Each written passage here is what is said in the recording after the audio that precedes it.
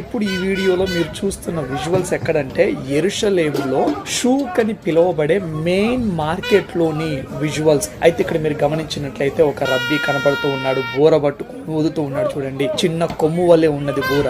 ఆ బోర పట్టుకొని మార్కెట్ లో ఎందుకు ఊదుతున్నాడు అని మీరు అనుకోవచ్చు. ఎందుకు అనంటే ఇది ఫ్రైడే రోజు షబ్బాత్ స్టార్ట్ అయ్యే టైం అవుతూ ఉన్నది కాబట్టి. సో షబ్బాత్ స్టార్ట్ అవబోతూ ఉన్నది కాబట్టి మార్కెట్ లో అందరికి చెప్తా ఉంటున్నాడు, బోర ఊదుకుంటూ క్లోజ్ చేయండి, క్లోజ్ చేయండి, ఇంకా టైం లేదు మనకి, షబ్బాత్ కొన్ని గంటల్లో స్టార్ట్ అవ్వబోతూ ఉన్నది కాబట్టి అన్ని క్లోజ్ చేయండి అనేసి బోర ఊదుకుంటూ ఆ షాప్ యజమానులకు సిగ్నల్ ఇస్తూ ఉన్నాడు. దేవుని యొక్క వాక్యం తెలియజేస్తూ ఉన్నది కదా. నిర్గమాకాండము 20 విశ్రాంతి దినమును పరిశుద్ధముగా ఆచరించుటకు జ్ఞాపకం ఉంచుకునము. ఇదిగో వీరు చాలా స్ట్రిక్ట్ గా ఉంటారు ఈ యొక్క విశ్రాంతి దినం విషయంలో.